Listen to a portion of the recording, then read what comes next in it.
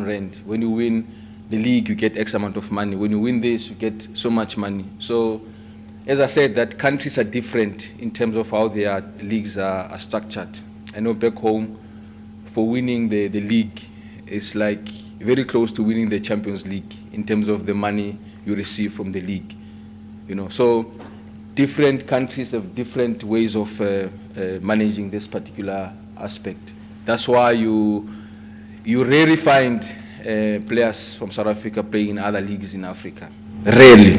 Mostly they will just go overseas. And those that go overseas, they find it easy to come back home because the league allows for them to live comfortably. Good salary, good playing. Must I go overseas, because most of the time, because they are new in the market, even the overseas moves are to the countries that even South Africa can compete. I cannot talk more about the northern countries like your Egypt, Morocco.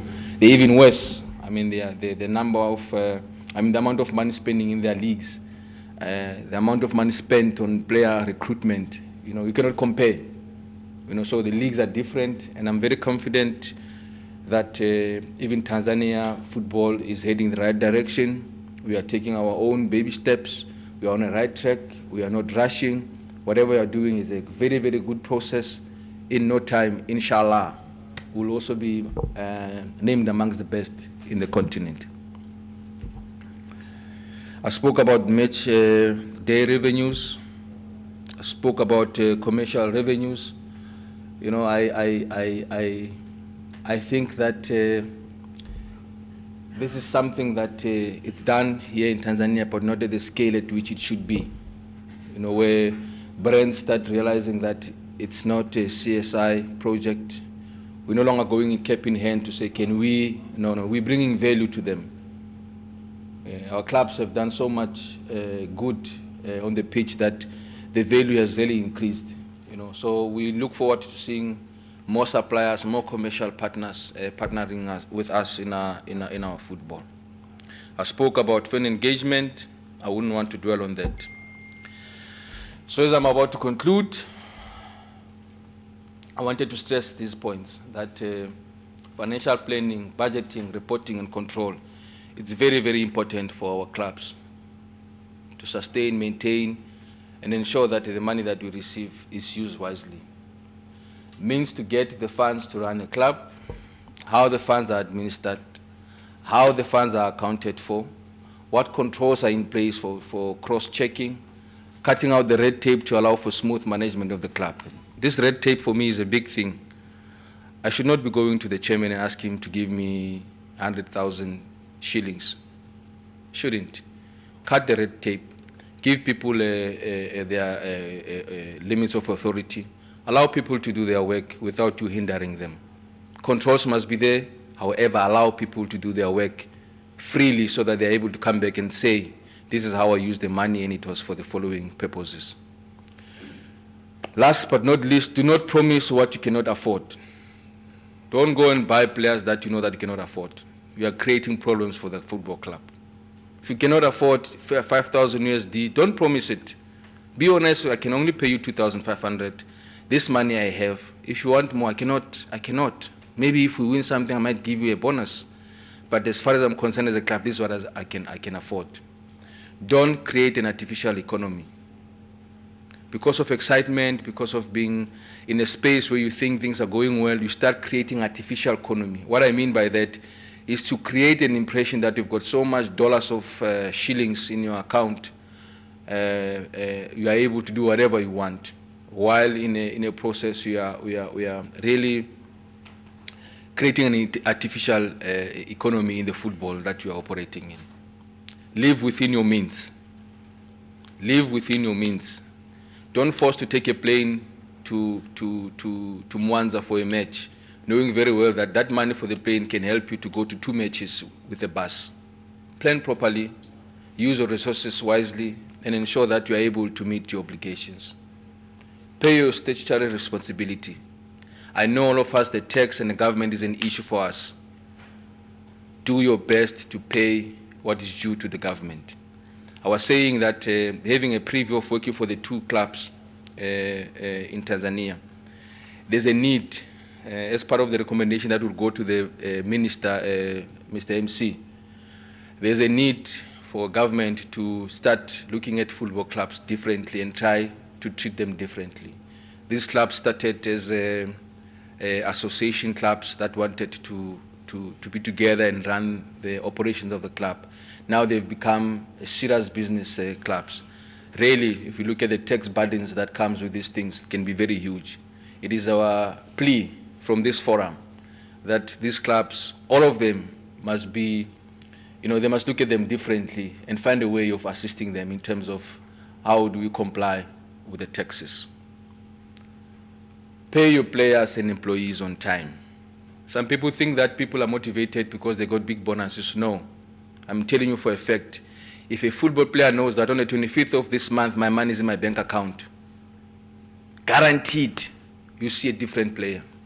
But no, this month you pay him on the 25th, next month you pay him on the 5th, that other month you pay him on the 10th. That is a demoralization on its own. Not only players, even your employees.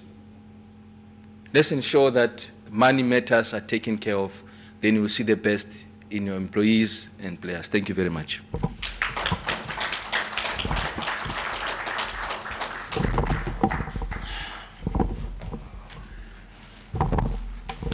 All right, thank you for appreciating that. That was insightful. And I think it'll open up the discussion with the panelists. It's my great pleasure to welcome the chair of the session, and karibu sana, the chair of the organizing committee, Doctor. The panel is already seated. Once again, I would actually invite each one to give a little more detail. They were the ones who didn't introduce themselves. Also inviting to the panel is the chair, is the president of the Zanzibar Football Federation, Abdulatif Ali Yassin. Thank you very much for joining us, and enjoy this session. Mwenyekiti, it's all yours. Karibu. Thank you, MC.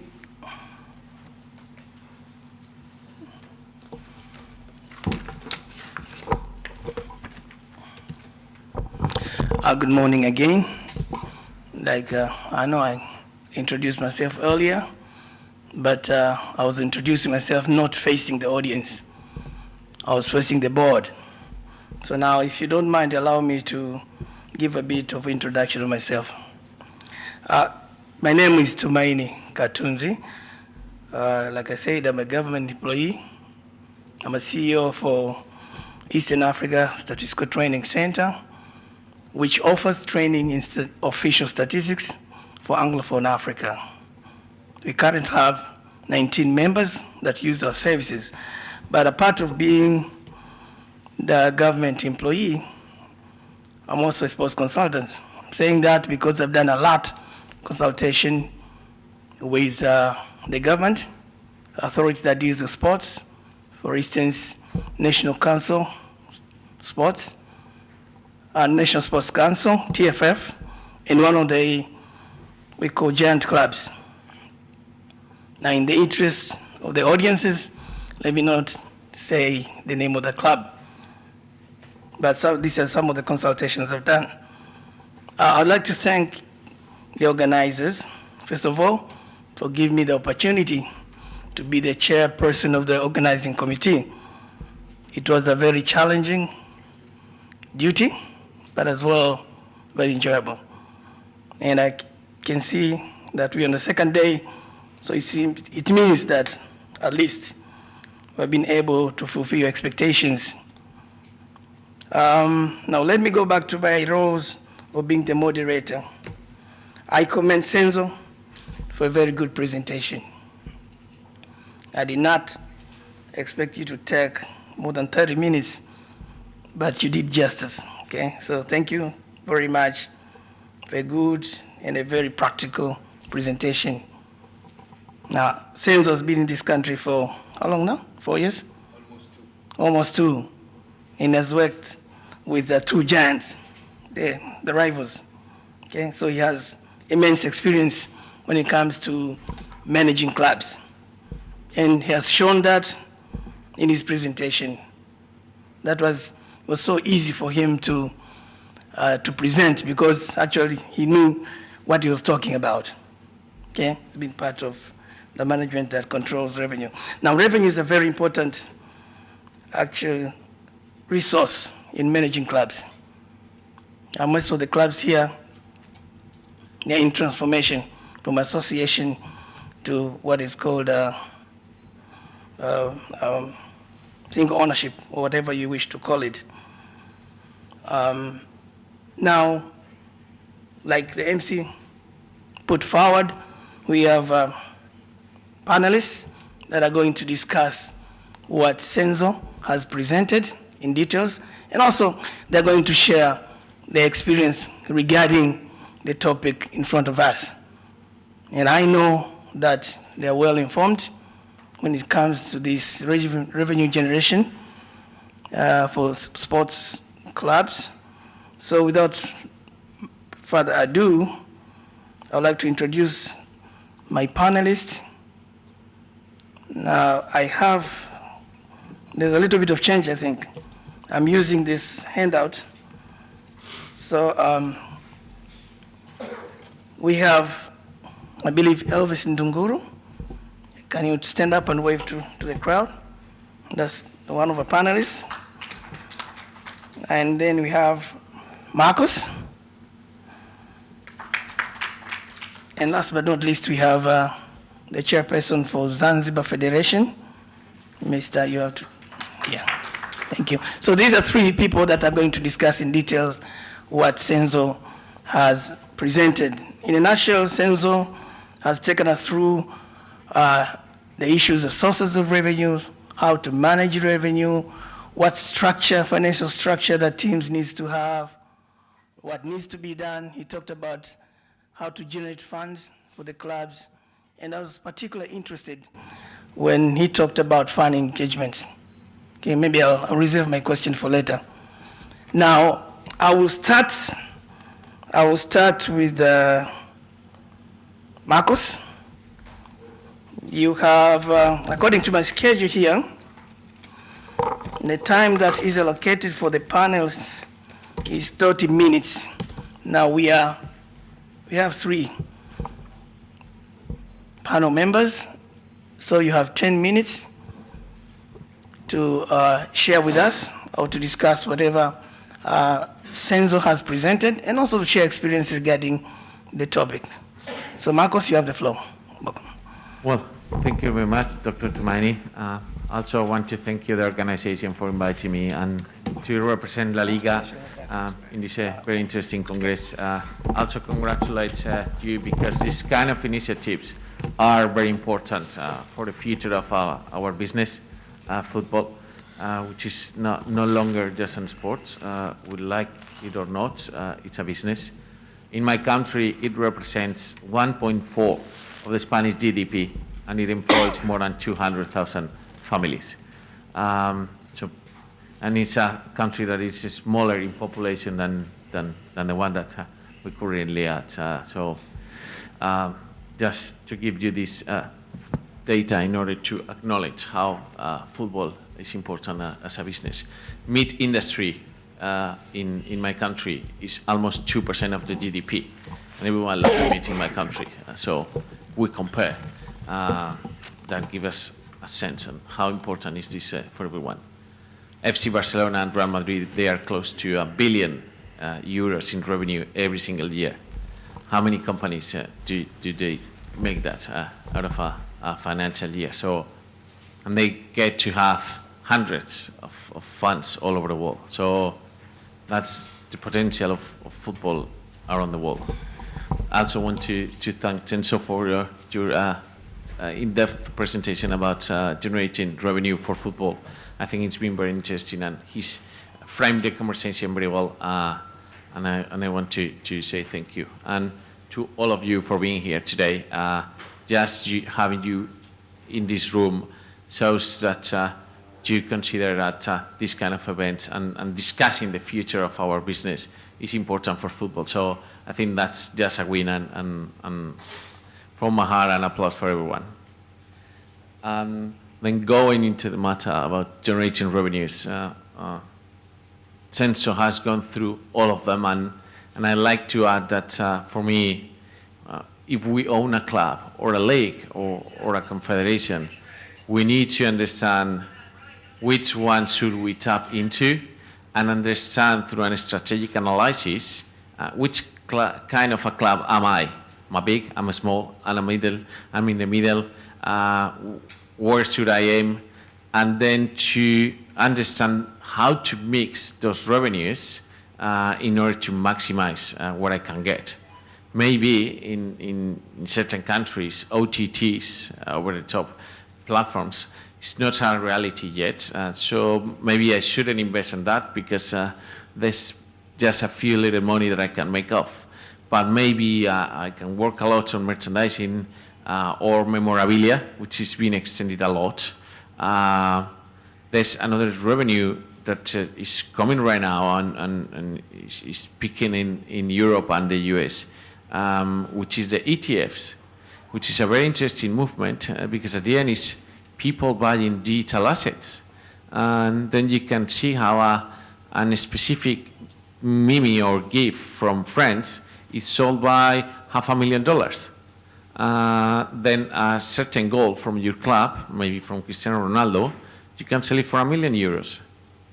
Then all of a sudden, that is twice as a regular sponsor for your club.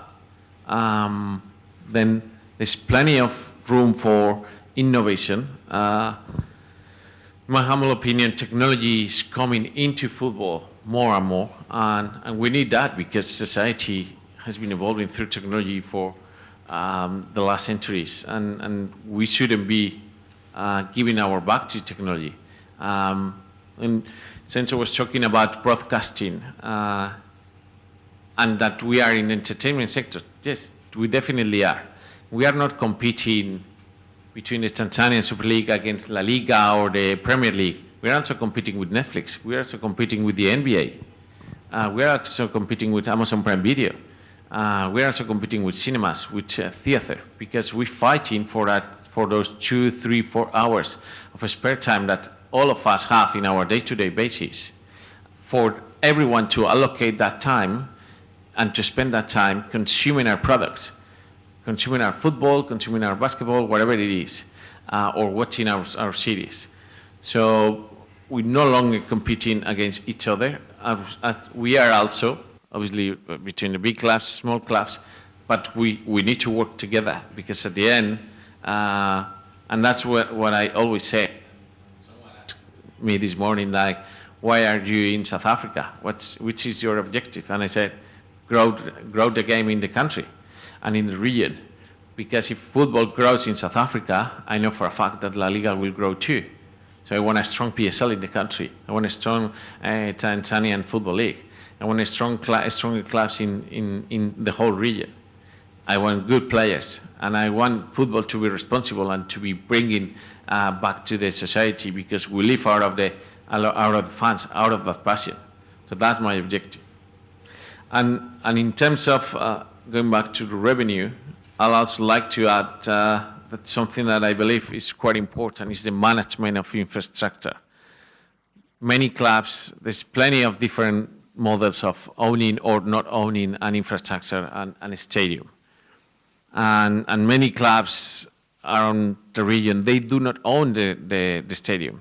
So first, it's difficult because they need to invest on using the facilities, and they are not allowed to get money out of that. If we have a look to the big clubs in Europe, our medium clubs' revenue from managing and infrastructures, there's weddings happening in the stadiums, there's restaurants, there's bars, and there's concerts.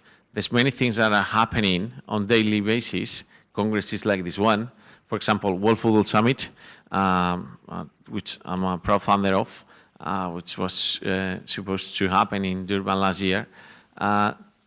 Next one is going to be hosted in the Wanda Metropolitano, the Atletico de Madrid Stadium. And obviously it's a business for Atletico. So this is a stream of revenue that if you're not owning an infrastructure, a facility, you cannot make money out of. Indeed, you are spending on it. and obviously the upgrade that you might need in order to play there, etc., you cannot operate on that. Also, I think something is common is esports, which I'm not already sure that it's going to be a revenue stream for the clubs. Some of them are trying, for example, Orlando Pirates, and at least it's bringing them some knowledge about how it's going to evolve, etc. We'll see if in the future football clubs can make money out of that. So far, I think not many are making it. For some of them, I think it's worth trying. Also, it's important, as I said, to understand and to maximize in terms of player transfers. We were working with FIFA and the World Leagues Forum a few years ago before I moved into South Africa, and analyzing how much money out of transfers should be allocated to education rights and the solidarity mechanisms, and I think only 30%, 36% out of the money that should have been allocated to the small clubs all around the world have been paid all over a season. So that's a pity, but maybe because those clubs don't have the tools to claim for that money. Moderator, please just tell me when my time is done. I'd love to go over the whole morning.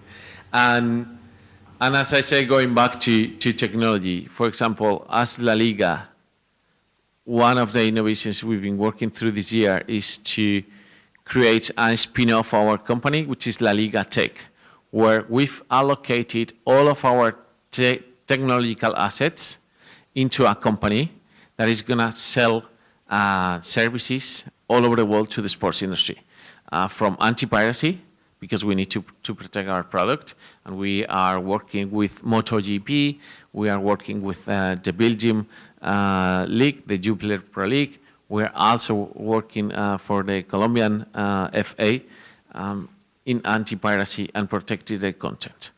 Because if we don't care about our product, who's going to do it, right?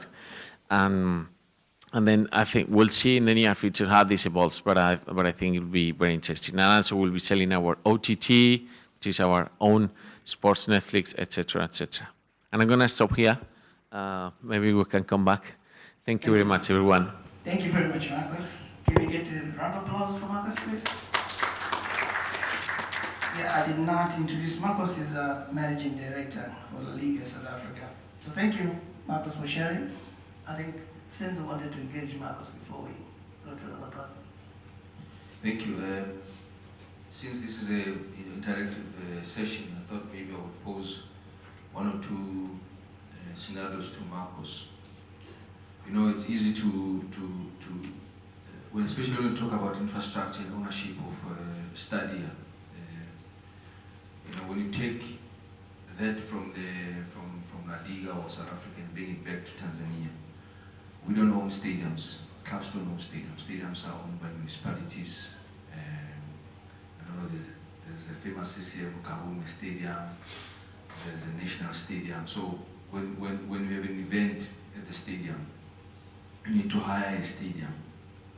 And hiring the stadium, there's a cost for that. You know, you go to a stadium is not clean. By meaning clean, the stadium is not without any branding, any marketing material around the stadium. So now you hire the stadium. Now you're competing with brands that have already bought space at the stadium. So that affects your revenues. You know, these are the things that MC, I'm putting them forward so that they can be part of the recommendations back to sports ministry. Because for football to move forward, it requires money. But if the little money that you make, it's also, you know, cut down. You must pay, you know, with all due respect, I'm not casting in aspersions, must pay 18% of our revenue to the federation. There's 5% that must go to this one. There's 5% that must go to PMT. There's 18% of VAT that must go to the government. If you've made 200 million on the event, let's say about 35% of that money goes to those that must get their revenues. What are you left with? You're the one who brought the event to the stadium. You are the one who brought the content to the stadium. You are the one who brought people to the stadium. You know, now there's even this ticket sales. The guy that is selling your tickets needs to take his cut. So you see, as football, we need to stand together and find ways of how do we better, you know, take care of our interests. Not to say that we don't want to share our revenues, but let's find a way of ensuring that clubs benefit from the events that they are hosting. Asante. Yeah, thank you, Senator. That's the most touching aspect. Actually, most of the club complains about the cuts and everything. But I think the best way out is to have your own stadium, don't you think?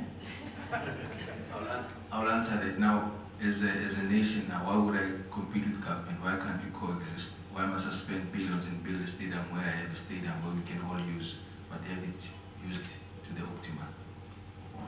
Okay, thank you, Senator. Now, we don't have much time, so I'll go to my second panelist, Elvis Ndunguru. Elvis Ndunguru is the Director of Business, Banking and SMEs, National Bank of Commerce, Tanzania. Mr. Elvis, you have the floor, 10 minutes. Right, thank you. Good morning again. And first I would like to congratulate Senzo for a very insightful presentation. There's been a lot of learning as well. So coming from the banking industry, not dealing with football in my day-to-day, I just want to bring perspective of banking into football. Now, looking at Senzo's presentations, he has highlighted a number of revenue streams that, you know, associated with the game. I see one challenge as any other business. Normally there is a mismatch between your expenses and when you get the actual income. So you find, for example, you can project to generate, say, 10 billion in a year. But if it's income from a match day, you'll be generating it over a period of, say, 10 months during the season. While some of your expenses need to happen now. You need to buy players, for example. You can't wait probably until that time. And a lot of other expenses that need to happen at the same time.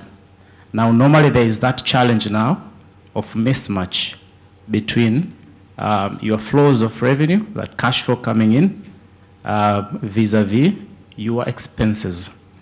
Now, that is where I see opportunity of, you know, collaboration with the banking and how we can work together with the various clubs or league to be able to deal with that particular problem and be able to run smoothly in a day-to-day. And I wanted to cover, I know it's something that is not very common in Tanzania, but it's very common in other markets. But I wanted to share a couple of things that, you know, banks are looking to be able to come and bridge that gap. So I'll give an example of one product that is common to a lot of other business, that is factoring, where we know you have a guaranteed income that will come later, and bank can come and give you money now, and then bank can wait later on to receive, you know, money. This can be, for example, your sponsorship program. We know for sure, just to give an example, we know one of the club has signed some sponsorship program, or that was branding. I'm not sure what revenue stream was that. But if we are sure, we are guaranteed that money will come, or certain portion of that money will come, banks can come and give that particular club money today. But there are a lot of other factors that will be considered from banks' perspective to be able to chip in and bridge that particular aspect. So one of these items is capacity of the club. Now, when we say capacity, we look at ability of the clubs to generate revenue. And all these sources that have been highlighted by Senzo, those are the things that we will look into. And we are not just looking into the future, but, you know, the banks would like to see historical performance, historical records, that you have a history of, you know, being able to do that. You've been able to ensure that these monies are coming through to the club. And if banks get assurance of that, they can always come in and cheap. So that is from the cash flow perspective, seeing a budget of clubs to generate these revenues. There is another bit that we call it's capital. Particularly, this is you need to have a share of it. What contribution do these clubs have?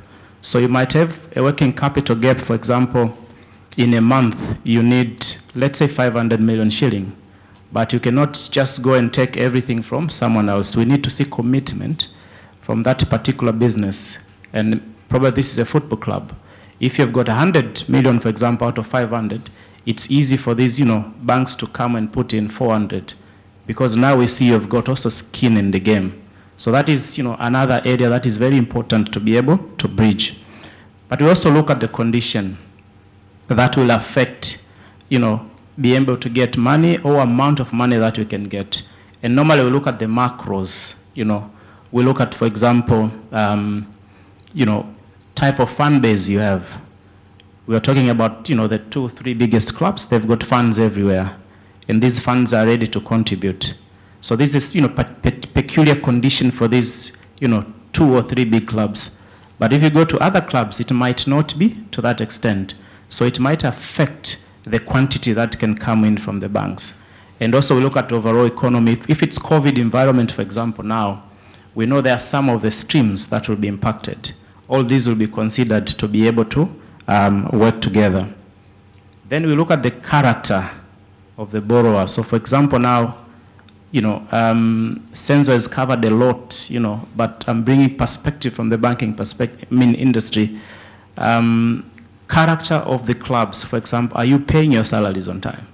So if you're not paying your salaries on time, then this money from the banks need to be repaid at one point in time. So if you can't pay your own employees, will you really return money to the bank? Are you paying taxes? If you're not paying taxes, then it shows you have a character, your behavior of not paying. So very likely you won't return that money to banks as well. So all these are items that we also look at it. And then there are times where you can look at a collateral, but that is just as a fallback position. And therefore it is very important to make sure governance, corporate structures, controls within the clubs will give a lot of confidence to the lenders to be able to say, we know exactly they've got budgetary system, control system, this money will not be squandered there, and then they'll be able to generate more, repay their loans, and then move forward. So that is very, very critical. And I see probably for a number of years it has been a big challenge of if you really want to work with these clubs, for example, in Tanzanian environment. And sometimes even the sponsors will also be looking at that. So for example, if you want to do a marketing deal with a club, we also look at, who are we dealing with? Who are the people behind, their credibility? Will they put this money into appropriate use? Are we going to get return out of it? So it have an impact not only on the lending side, but also in this sponsorship that can come through. And lastly, peculiar for football, it's important to also look at the performance, not just on the financial side, but also performance on the field. That is also another, very key, area that we look at. If you're not performing on the field, we understand eventually it will have an impact in your financials, in your revenue generation. So those are the areas that I just wanted to link to this particular presentation, see how, clubs can work with the banks to be able to move forward. Thank you. Thank you, Elvis. Thank you, Elvis. Before we proceed to the final panelist, I can have two questions. I think this one will go to Senzo, I think. In your presentation, you talked about small club and big clubs. And the gentleman here, Mr. Elvis, was talking about performance. Yesterday, I heard one of the president of one of the biggest clubs here. They were talking about having a deal with a company that has given a deal to another club.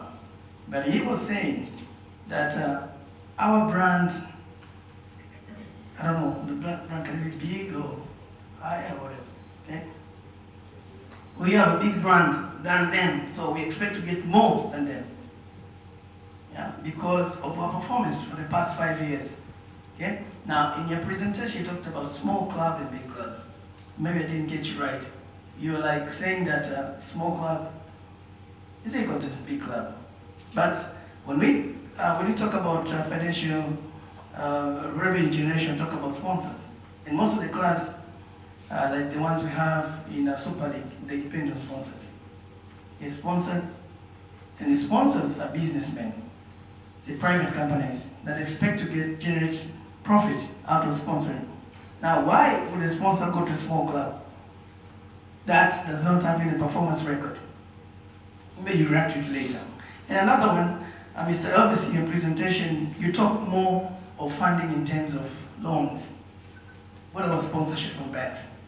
Do you think the banks see opportunity of sponsoring clubs so that they can be able to promote their business? Yep. Thank you. So it's at the end of the day, it's business. So there are opportunities, and I highlighted previously, one of the challenges has been corporate structures, governance, and controls to these clubs. So, and you understand banks are highly regulated industry. So if we offer sponsorship to a particular entity, we also want to see value. We want to see controls and corporate structures that we can really work, well.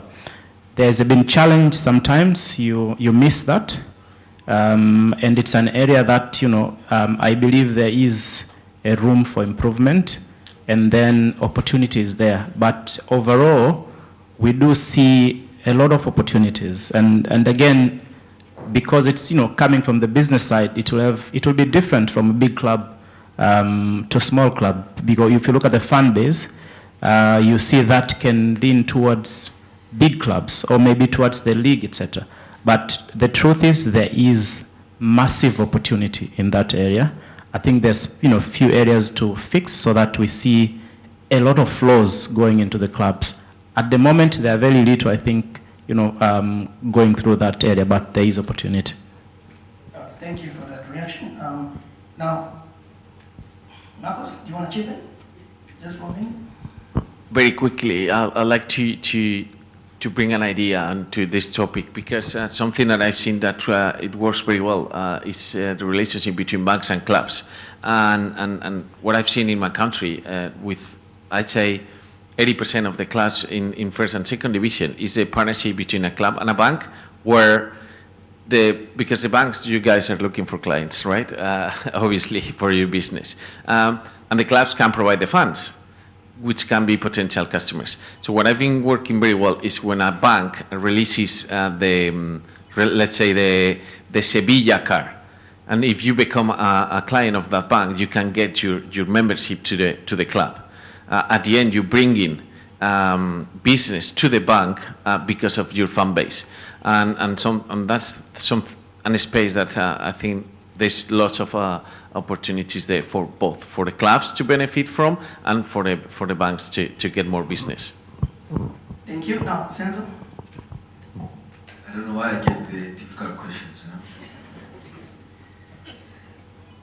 Why would a sponsor go to a smaller club and not a bigger club? I know as a sponsor, if I go to these big clubs, I will have to pay prime. I have to pay prime. They will not let me have their brand easy. But I will go to Mbeya City and say, Mbeya City, for the rest of the season, I will give you 500 million. I want you to, hello?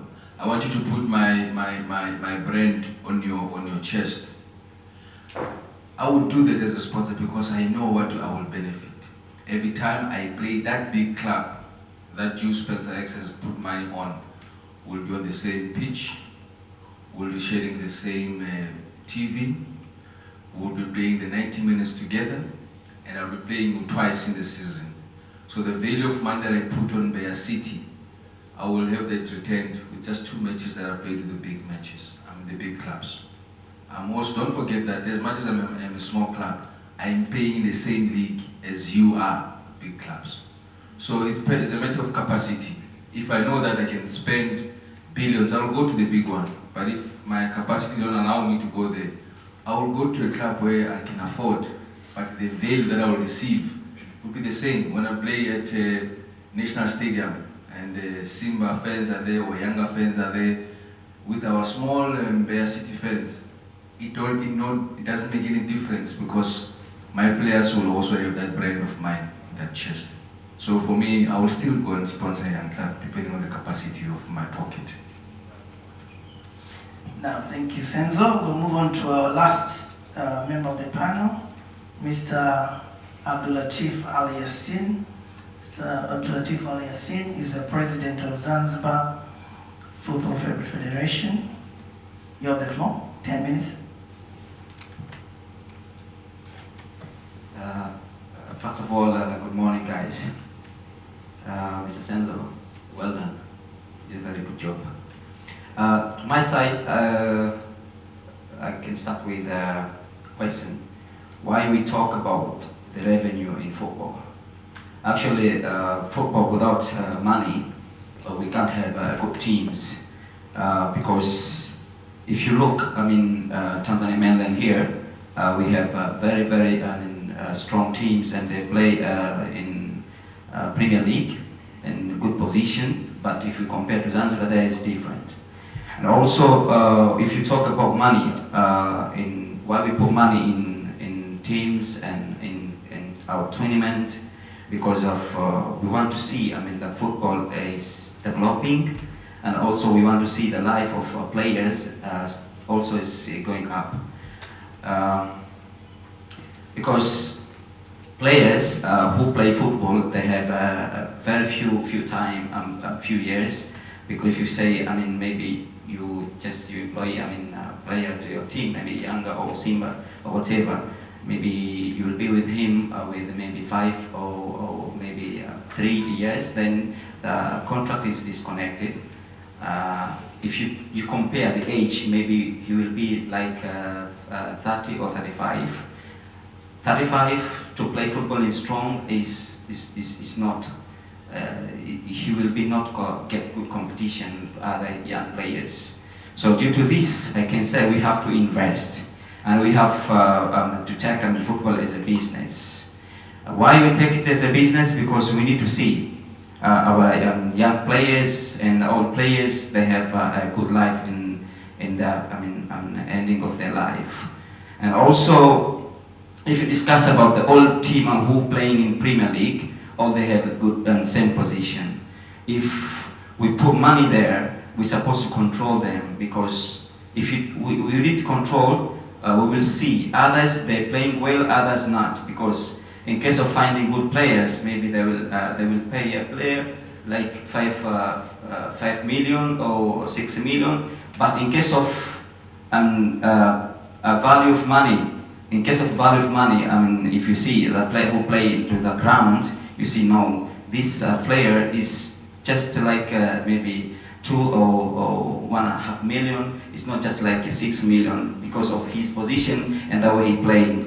But if we didn't control the money who we give the teams, it will be difficult to see our football is growing up. We will see maybe 2 teams like Younger or 3 teams, Young and Azam and Simba. They are still in top position because they have a good controlling of the money that they put into the teams. Also, I want to share an idea here. If we want to see, our teams are playing well, we're supposed, to give them knowledge. Because if you talk about sponsorship, sponsors who come to sponsor maybe our Premier League or First Division, and we're supposed to give the teams knowledge. Don't be dependent anymore. You have to struggle yourself to see where are you going to have other resources of money. Because other teams, they're waiting, maybe federations or associations, they have to find a sponsorship in order to give them money. But if you find yourself to have other resources of money, you'll have a good team, and you'll stay long in position, because if you have money, everything will be fine. You talk about payment in case of salary at the end of the month. other teams, we see there is conflict between players and the leaders who lead the team in case of payment at the end of the month. Why? Because they don't have a good I can say strategic plan for their team. In order to see if they get a player to their team, they have to make sure where are they going to get money for that payment. I think for me it's enough. Thank you, Ablatif. Can we give him a round of applause? Now, before you put down the mic, I was just thinking, and I said, maybe we can get this from you.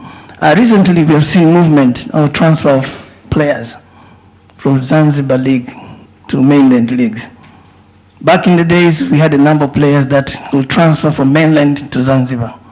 Okay, but now the movement is just one from Zanzibar to mainland, and they are quite good players. Now, what's the big secret? Actually, as I told you, to our Premier League, we don't have a sponsorship there, and that club they don't have money to take player from mainland to Zanzibar there because they need more money. So the teams they don't have money. So, but now I think I'm gonna manage it because I'm struggling a lot to find a sponsorship in order to give my teams money, in order to have a good, I can say good tournament in case of Premier League, and also we have first division there, and also we have region competition, and we have district competition, and also we have young players. We have Central League, Junior and Juvenile. So due to this, myself, I can say if I will get a good sponsorship in order to put money to my clubs, I will have good teams there. I'll have good competition there during my tournament, and also all players that you see that they have done good here. I think there is others there, and also in case of broadcasting, we have TVs there, but all matches, only people who live in Zanzibar they see the matches. But if maybe I'm planning to talk to Azam and others to come then just to take the videos and for that, maybe here you can see how we playing football there, and it will be very simple for us to get money, and then we'll take players from here mainland to Zanzibar there, as you do. Thank you. Those are big plans from the president himself. So remains to be seen. Now, do you have a similar cry like what Senzo was telling us about cuts when it comes to using stadiums that are not owned by the clubs? Do you have the similar cry that, oh, we make this money, but a lot of money goes to whoever owns the stadium? And actually, there we have Amani Stadium, we have Maustum Stadium, and also we have Gombani. This is controlled with the government. But we have others, controlled with the teams themselves. So due to this, I can say, to ourselves, we have opportunity to deal with those stadiums because the government is looking at us as a federation and sometimes helping us directly because they know our federation, they don't have money, and our teams also, they don't have money, so still government with us. And I think for this, we're supposed to share idea with our teams there to control and to have their own stadium and then to control themselves in order to have good, in case of playing. Thank you, President. Do you have any panelists who want to chip in before I move on to the audience? Okay, I think we have exhausted our 30 minutes effectively. Now we move on to the audience, and the audience has 20 minutes, so I'll start collecting questions, comments. Mr. Taji, how are we going to do this? Just like we did yesterday, just step up to the mic. Please don't touch it and just speak. And today we are looking for resolutions. Tunatafuta majibu, si ndio? So it's not really a discussion anymore, but what are the main points and what do we want to seriously look at as a resolution? So, let's not discuss issues, but let's make points. Tafadhali jamani, kwa tunajaribu kuibua vitu ambavyo tutavipeleka mbele, si ndio? All right, so here's a mic. There's another mic over there. Just step up and go ahead. Okay, I'll start by taking first 5 questions. That will be round 1. Then we'll move on to second round. maazimio leo, siku ya maazimio. Karibuni sana, please feel free. Karibu. Whoever wants to chip in with the revenue generation, this is one of the very sensitive topics. Thank you. Be the first person.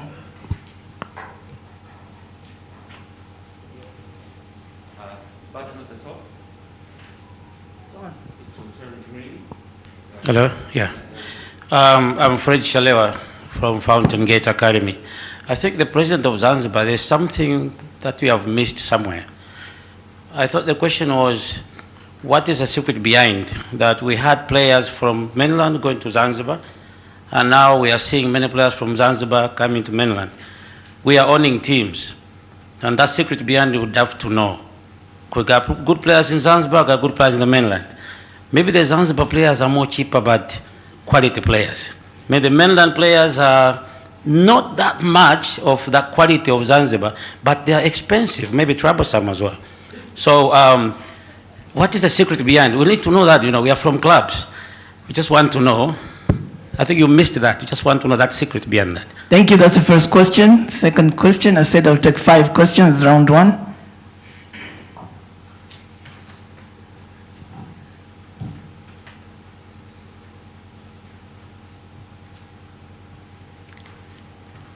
Good morning once again. Thank you for the presentation, Senzo. Just 2 or 3 points on the business of revenue services when it comes to football. Core business, it's playing. It's what happens in the 90 minutes.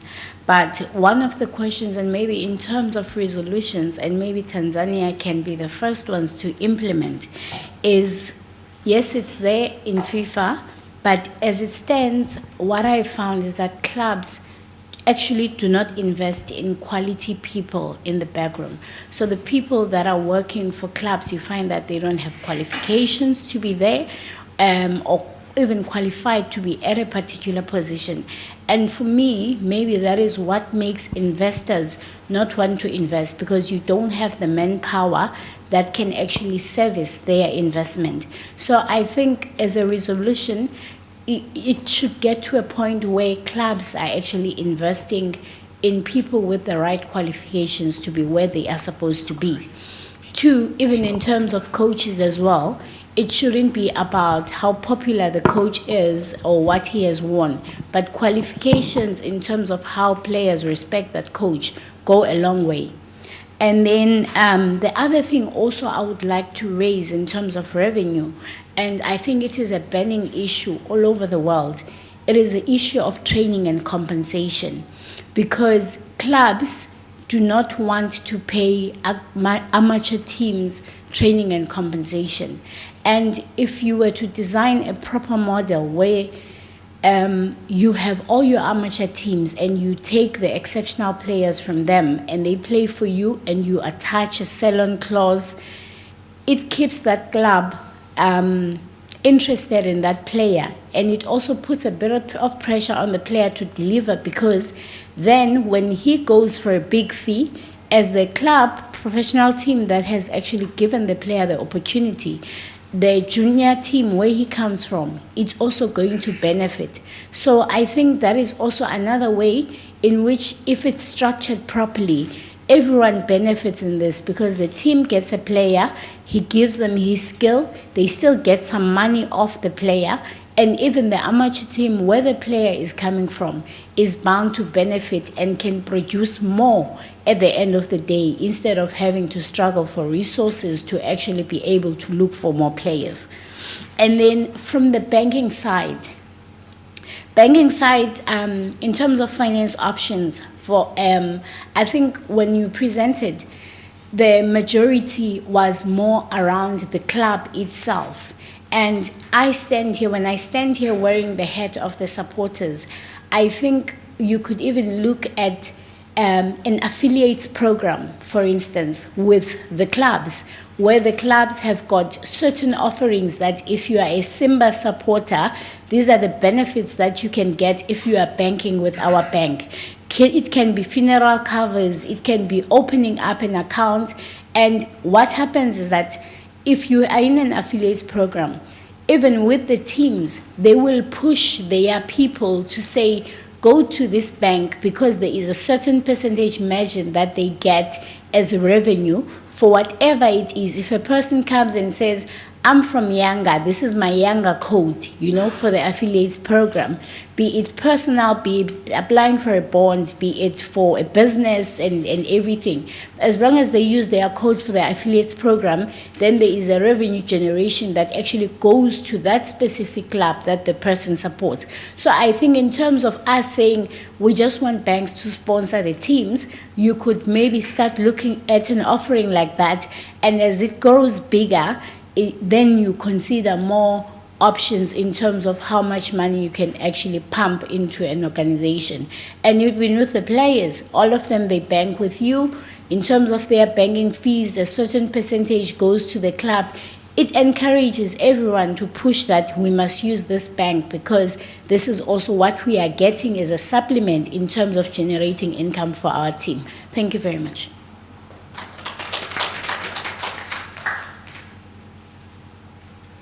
Thank you, Madam Siabolele.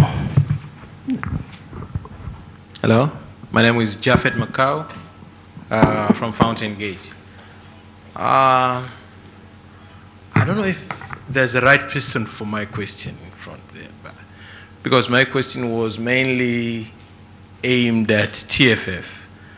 The reason is when we talk of funding, the main source of funding for a club, especially at the moment, is sponsorship.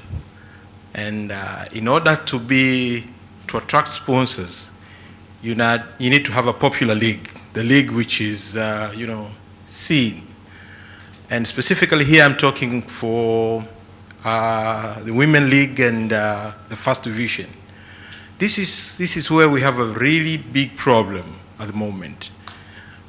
Attracting sponsorship, attracting funding to be able to run the teams. So I don't know what efforts are there. I know there's a good work which is done by TFF, especially on Super League for men, where Azam has been able to invest a lot of money and there's a lot of vicinity. But I don't know what effort is done so that we can see the First Division teams and Super League for women are also, being seen, being popular, so that they can be able to attract, our sponsors and be able to run our club. It's very difficult to run our club, especially for the First Division and Super League for women. Thank you.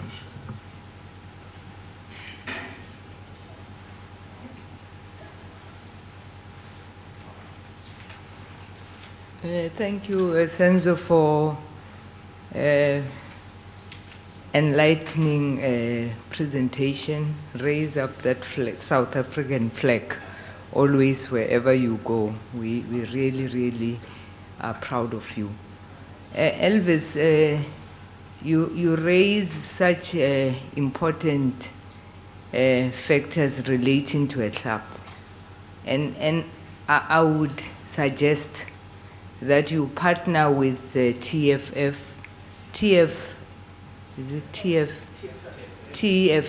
yes. You partner with TFS, Afri Soccer, and try and do some workshop for the clubs.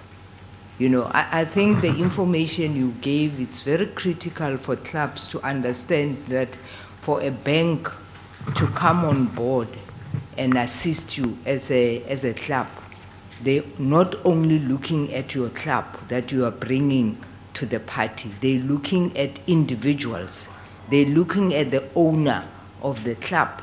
I always say, when you see a federation not sponsored, it's not because the federation is not doing well. It's because the president of Zanzibar Federation, it's not behaving, it's not paying tax, it's not on his personal capacity in the bank. He borrows money, he doesn't bring it back, and at the end of the day, it affects the federation. And I'm saying when a sponsor come to a club, they don't actually sponsor the club. They sponsor the person that they believe will be able to utilize the funding to the benefit of the club. So for me, it's very critical, and I saw a lot of things that clubs do not understand, that probably the bank, because I don't understand when I bank with your bank and I'm struggling at my club and you can't assist me. But you raise those factors that we need to look at that. There are other factors that the bank look at. But I also want to say, my view when I was owning a club is that, you know, sponsors always look at the bigger clubs. And I have a serious problem with it. And I'm saying, if you are a good sponsor and you want to empower a particular team, you have to discuss with the team, the small team in the first division, a women's team that still wants to go into the Premier League, you know, and say to the team, look, this is what we're looking for. Arrange this, make sure that there is proper governance in your team, and will be. And I want to see a big bank taking a smaller team and taking it to the Premier League, and they must be proud tomorrow and say, you see that team that was in the first division that didn't have any structures, we helped them to create a better structure, a better governance structure, and look at where the team is today. And I believe if sponsors look at that, they will be able to assist even those smaller teams to be able to be sponsored, instead of looking at the teams that already have enough. And they go there. But I think your presentation, for me, needs to be taken further into a workshop where it's workshop of only clubs. Come in there and you educate them how the bank will be able to come to an assistance. Thank you. Thank you, Madam Ria. I can see Imani Kajula, please.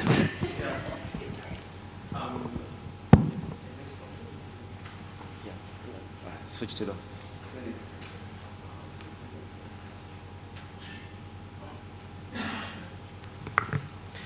Thank you so much. I really would like also to echo previous speakers' very good Would you first introduce yourself? To Senzo. Very insightful presentation. I'm Imani Kajula from EAG Group. I am a member of Football Family in Tanzania. I know, Senzo, to you played safe, and you have to, in a way. But I say it's befitting to give you the presentation that you did, because you have been in these two major clubs. But I think there's one gap that we need to discuss here, the element of challenges on generating revenue. I think this is, from discussing this aspect, will bring about solutions. So from your experience working with these two clubs, what do you see as major challenges of revenue generation? This is number one. Number two, of which I think the lady spoke about it, I'm so worried about the capacity that these clubs have in Tanzania. And this reflects also the national challenge of capacity manpower. I can just tell you, 2 years ago, research was done in Tanzania, and these are the facts. Only 3% of workforce in Tanzania is competent to that level you need.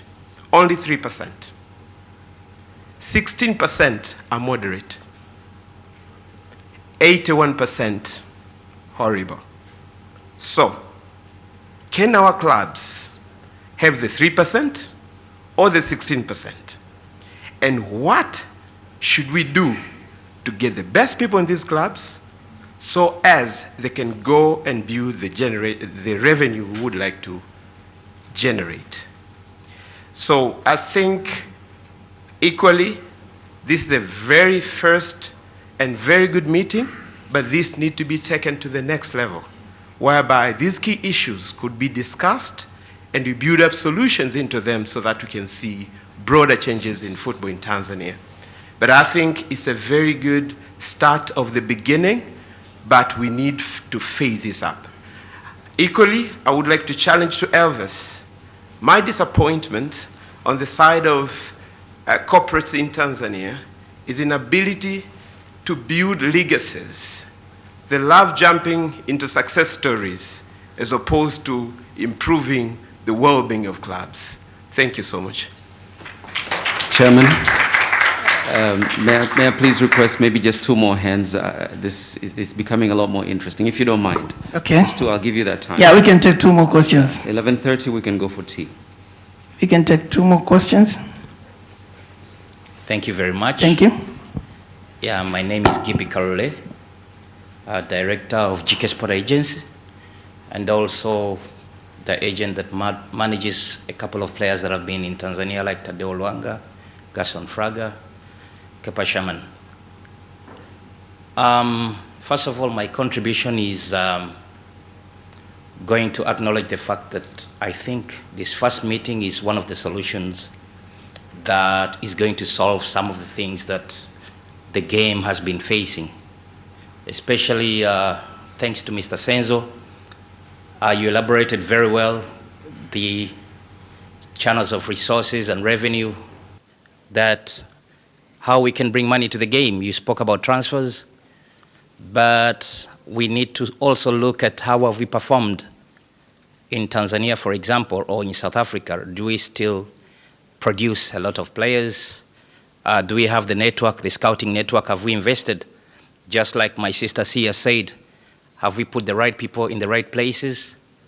Now, Mr. Senzo, especially that you've had the opportunity to work with the clubs, are they making the right decisions, especially when it comes to recruitment?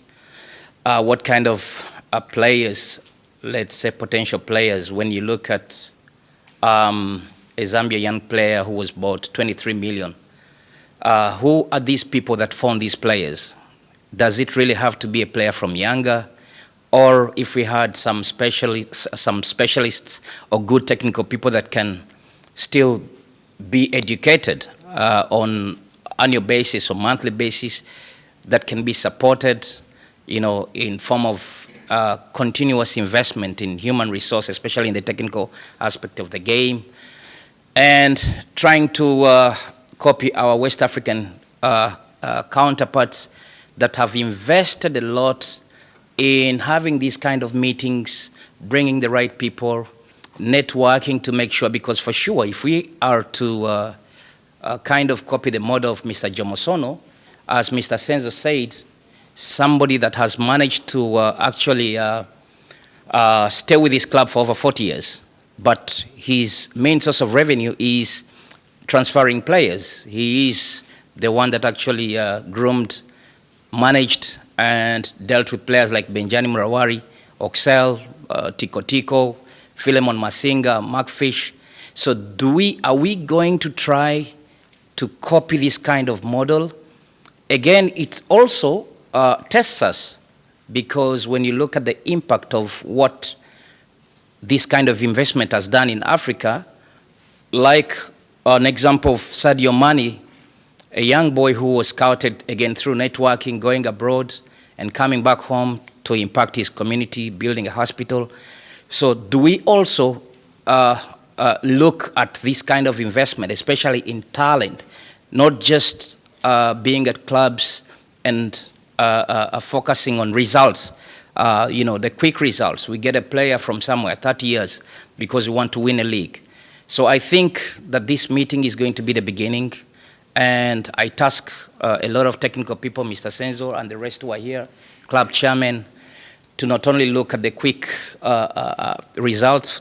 Football is hard work. Football is, is going step by step, is making very good decisions, is being patient, is also looking on a long term. Thank you very much. Thank you. Last question, please. Thank you. I had that gentleman. We can share, Chair. Okay, you can go first. Yeah, you can go first. My name is Ali Mohammed. I'm assistant media of Simba Sports Club. I have 2 questions. One goes to Zanzibar President. We have seen in recent years that Zanzibar football is going down, and it's really going down, but you said on your presence, you'll make sure that things are coming up. One question. In some years back, a lot of sponsors came to Zanzibar, but according to rules of Zanzibar, the sponsors were denied. You think you can change that? That's my first question. Second thing, I would like to congratulate Mr. Senzo for a very good presentation. We have seen how money have come to change football in the world. But now, looks like the spirit of football is going down and it's all about money. Do you think money can destroy the spirit of football? Those are the two questions. Thank you. Thank you so much. Okay, very last one. Thanks, Chair. One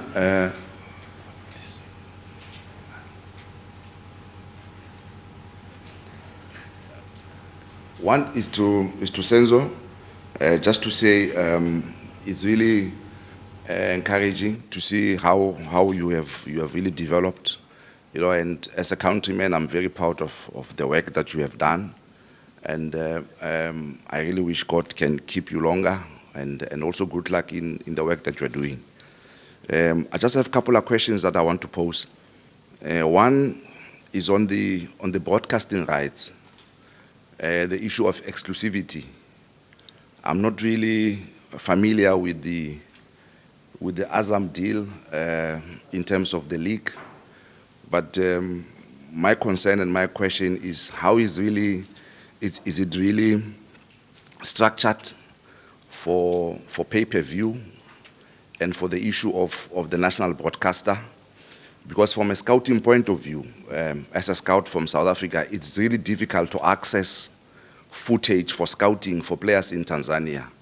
So it's really a concern, and I'm not sure, and I don't want to go into the politics, but we need to look into the broadcasting model for sports, especially for football, because in South Africa already we have a challenge in terms of the exclusivity around audiovisual rights in sports. So that's the first one. The second one will be just how far are we in terms of parallel revenue streams like Amazon and Netflix. I know you have said that the league is taking baby steps, but how far are we from really using those platforms also to be able to generate content and generate a little bit of money that is relevant for our clubs? That's the other one. Then the third question, which is a little bit difficult because you are saying you don't want to wear the cap of Yanga, but it's difficult to dissociate you from Yanga, it's really difficult. So the question will still be there, even if you are in your personal capacity, but it still come to you. The issue of Yanga TV, we see it a lot in Europe, and it's really a top stream revenue for clubs. I was just checking last time we were here. I mean, you had a video clip that we had for about 2 minutes. It had close to 20,000 views, So it really shows that there's a potential for revenue in that area. Lastly, sorry for that, Chair, it's just to caution the TFF, is that when we package the league, it's very important that we must have inclusivity. And we must not be perceived like many other leagues where you see it's 3 teams. It's Barcelona, it's Real Madrid, it's Atletico Madrid. Sevilla sometimes gets there in the top 4, punch, but it's a three-man team, whether you like it or not. So we really need to move away from that, because how we package the league, it also says, how are we going to be able to attract scouts to come into this area? Because you have said transfers is also part of the revenue streams but how are we going to come here when we only know 3 teams? So how we package the league is very important. Then the other point is also caution to small clubs, that in the business of generating a lot of revenue, we can't have big clubs doing scouting when small clubs are not doing scouting. I mean, Senzo made quite a good example, that Jomo Cosmos, and he classified it as a business model under small clubs, that part of the revenue generation was him deciding that I'm a small club, I go and scout. But when you go to most of these tournaments, whether Sekafa or Kosafa or in the under 20 or under 17, only big clubs are there. Small clubs are not there. So it's very important that small clubs have to know that part of their duty is also to scout in those areas, because they can really be able to get players from there. Thanks. Thank you. Thank you for very good questions. I have 8 questions. I believe whoever the questions were directed to, you took note of the questions. Let me see where to start. Marcos, you didn't have a question, did you? Not a direct question. Okay, now, question number 1 actually went to Abdul Latif. Very briefly, please.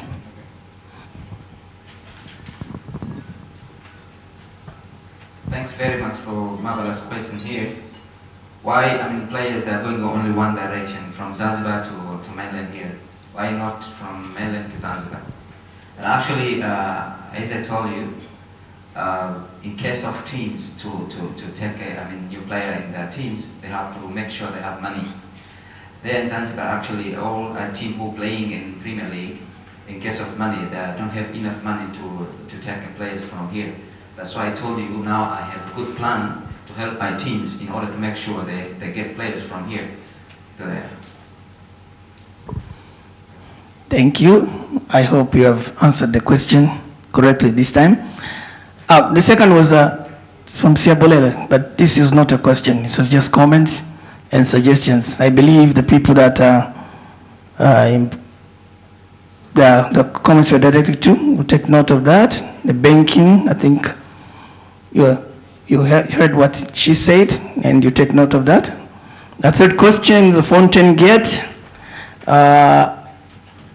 attracting funding by the smaller teams. This goes to Sense, I think. Thank you. I think the Jaffe Fountain Gate, the question was attracting, how can TFF assist in attraction of sponsorship for lower leagues and national leagues, right? That was a question. I don't speak for TFF, but I can nimeshauri that you cannot, sorry, we cannot, we have to be practical. I think the Federation has really paid so much attention to building the product that VPL is. We need to give them credit for that. We need to appreciate the fact that now that they're being able to build this product that is a VPL, it is now for us now to punch those questions now. You've done well. VPL is there. We've got broadcast rights. We don't know what the Premier League will be called next season. I don't know. We're hearing the murmurings that the current sponsor will be there or not. We don't even know. I think it's important that we also understand as a football community in Tanzania that in the pyramid we need to ensure that the main league, which is the Premier League, is taken care of. And that one is at stable and everything. We are able to also look at what is next, National First Division. How do we assist National First Division to get there? I'm not speaking for them, but I'm just saying that it is normal that the focus will be on the main league until it stabilizes for them to look at. But nothing stops them from looking at smaller funding to assist the clubs in those lower leagues to ensure that the leagues in India. Thank you, Senzo. When you said TFF, I was looking at my friend here. You want to say something on that one? Because you were mentioned here and you're here, so let's get the reaction from the man himself.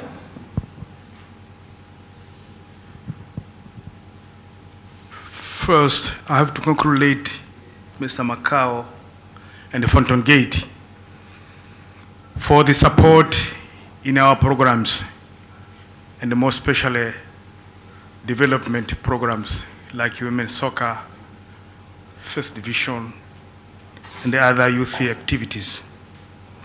To answer his question in short is that We are working very hard to look for sponsors, for more sponsors. Right now we have sponsors, but they're not enough. But part of it belongs to the club themselves to look, to convince some sponsors. As in VPL, we have a good number of sponsors.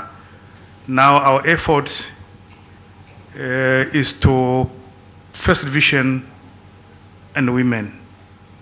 I can assure him that we're working very hard, and we expect this coming season we may have more sponsors in Women Premier League.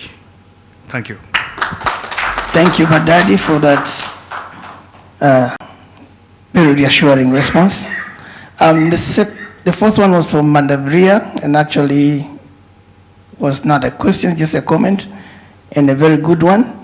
She was speaking about the opportunity of TFS to partner with the NBC for training on the qualifications and issues that will attract sponsors to fund the clubs. So I think TFS management is here. We have taken note of that, and we will arrange with NBC to see how we take on that opportunity. The first was from Imani Kajula, and this goes to Senzo. Challenge regarding generating revenue. What are the challenges? See, Mr. Kajula was very specific in these questions that have been here in this country for almost 2 years now, and I've worked for the two big clubs, and what are the real issues without being found to be in trouble. But this is what I would say. Everybody who invests in a business, whether it's football or is anything like that, there must be return for that particular investment. So in particular for those big teams, there's no way that you can invest your money and not get that return. So all of us, we know that there's a very good return in terms of how the other brand and the other chairman is pumping the money into the club. The amount of brands that have been consumed, they are all coming from the same staple. So you put the money in, you know that in return, I know that my products will sell. This is how I'm going to get my return.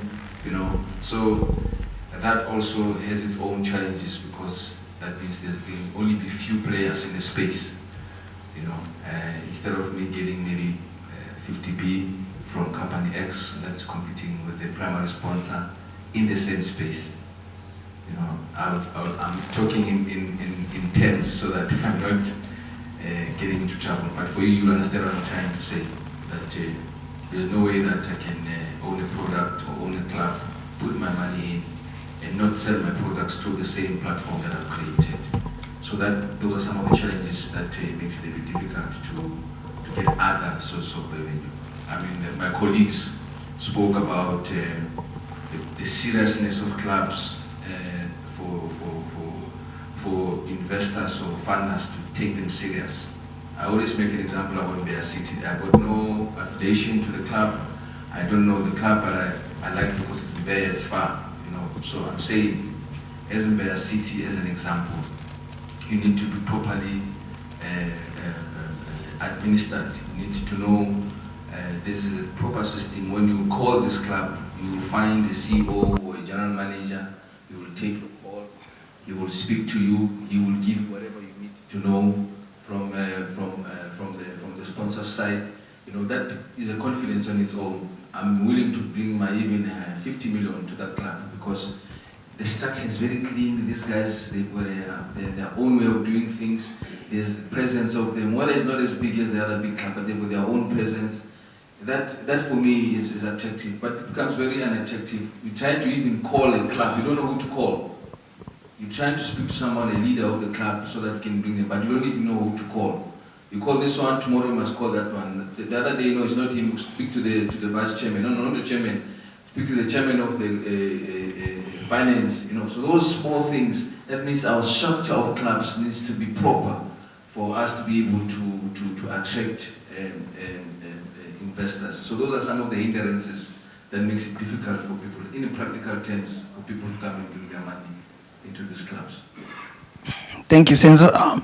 I'm told you only have 5 minutes, so I'll try to wrap it very fast. But also, Imani talked about club management capacity with the very shocking research findings, 3%.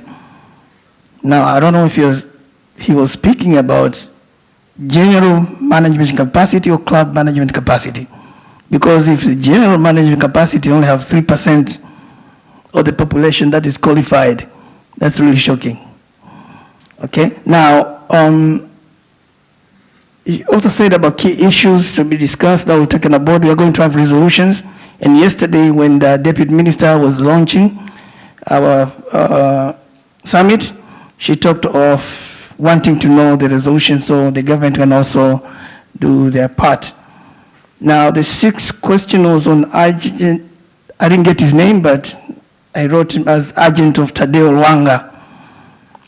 I didn't catch his name, but Gibi, okay, Gibi. Mr. Gibi was giving his views on scouting players, and then he asked why. The question was, what was the right, if I got you right, what is the right model for African countries? Scouting, I think you were talking about scouting. What's the right model of scouting with regard to African countries? I believe we have don't we have a topic on scouting? We do. So maybe Mr. Kibu, if you're patient enough, I think you're the one who's going to present on that one. Yeah. And then also the major question was the investment in talents, not just expecting quick results. Do we have anyone who wants to react on that one? Yeah. Do you want to? Definitely. I think you mentioned West Africa, and I think some countries are an example how they working on developing talent, the infrastructure they built, and how they've evolved. And also, that helps me to tap into other topic, which is education. How prepare our coaches? Which license do they have?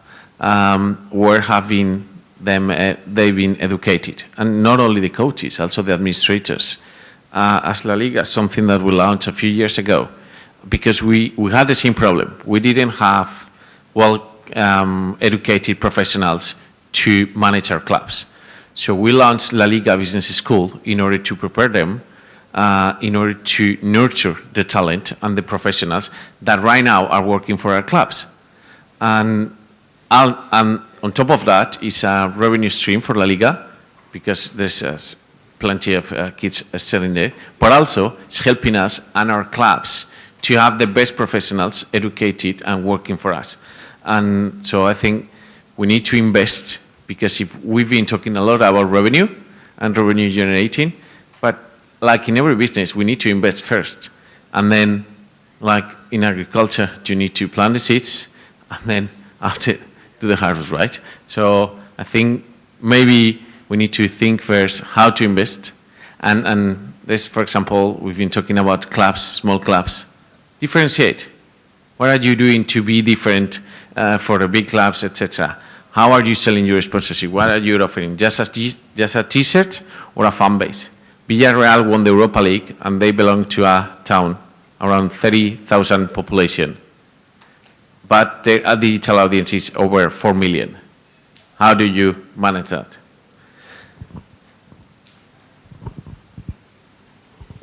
Oh, thank you, Marcos.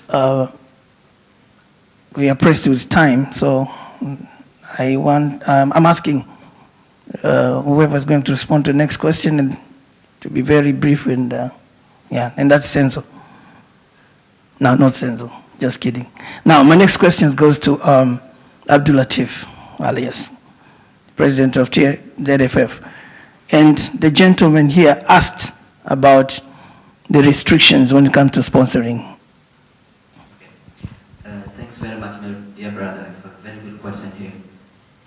my side, as a president, I think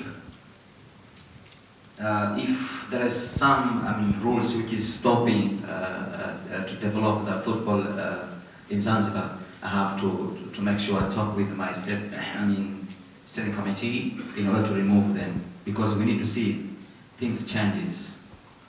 And in case of football, there in Zanzibar, the problem is we have to talk in table and to remove those issues that slow down the speed of football development in Zanzibar. And I have to make sure I'm dealing with this. Thank you.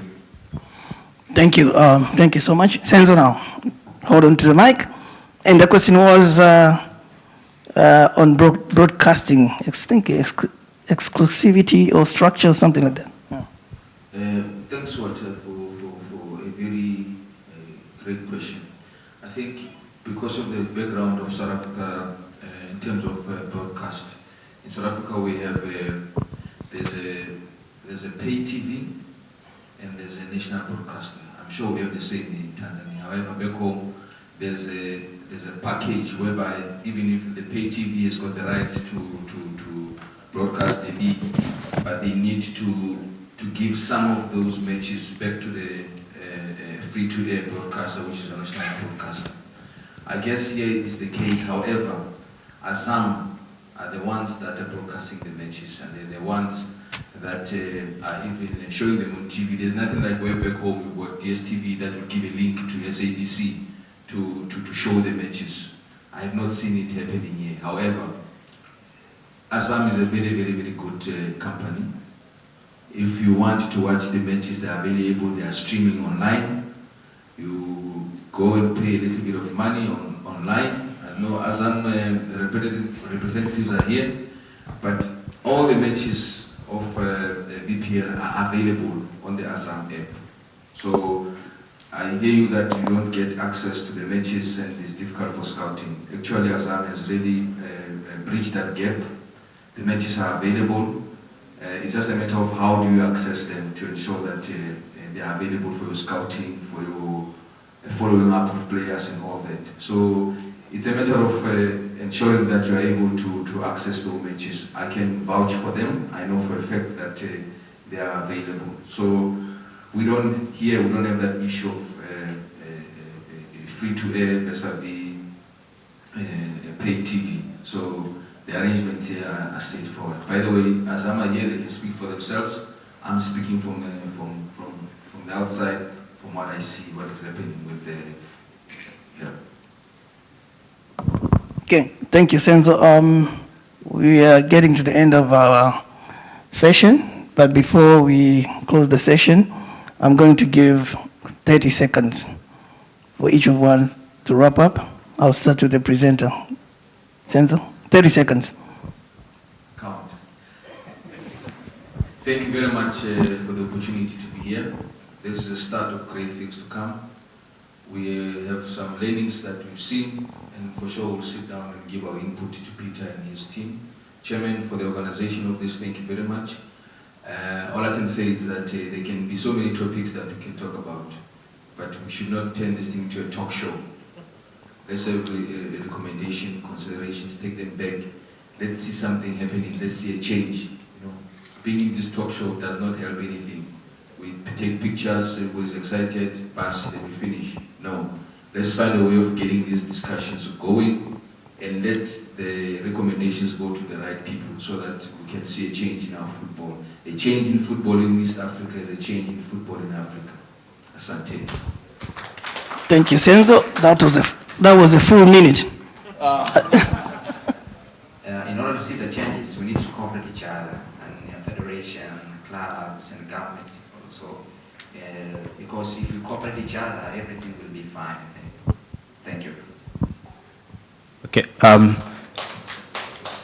So for me to conclude, I think first I want to highlight we do have affiliation between club and fan base. It was raised at one point in time via our digital space.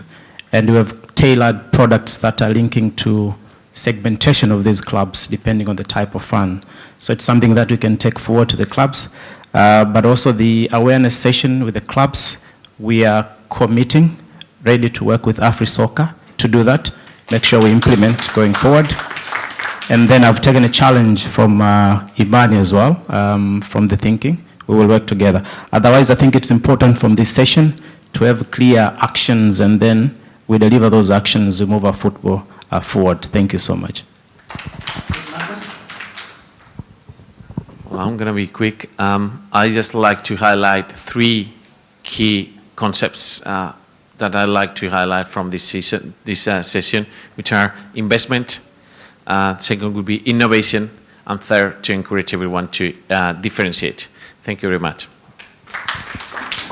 Thank you very much for presenters and the panelists, and also the audience for very, very good questions and very constructive comments. All the comments have been taken on board, and I hope that AfriSoccer will work on them. Now, before we close the session, let's give the presenter and the panelists a big, big round of applause.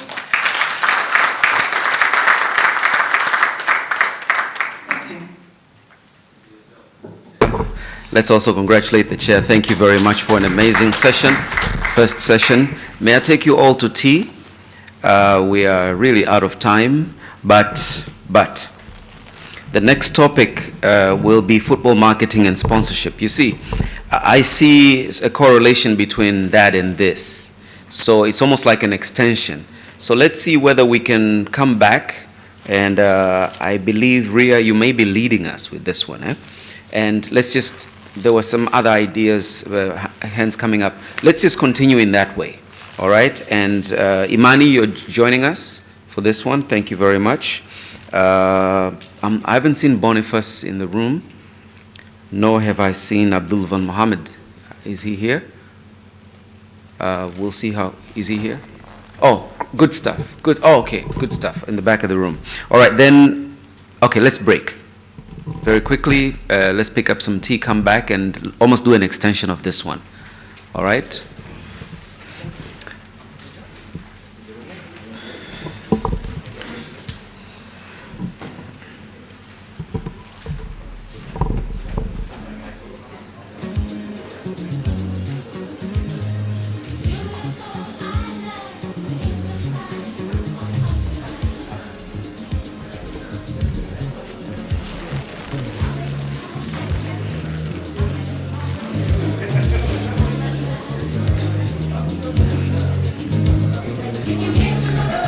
Dakika kama 20 hivi, let's try to see if we can come back within the next 20-25 minutes. Quick refreshing break.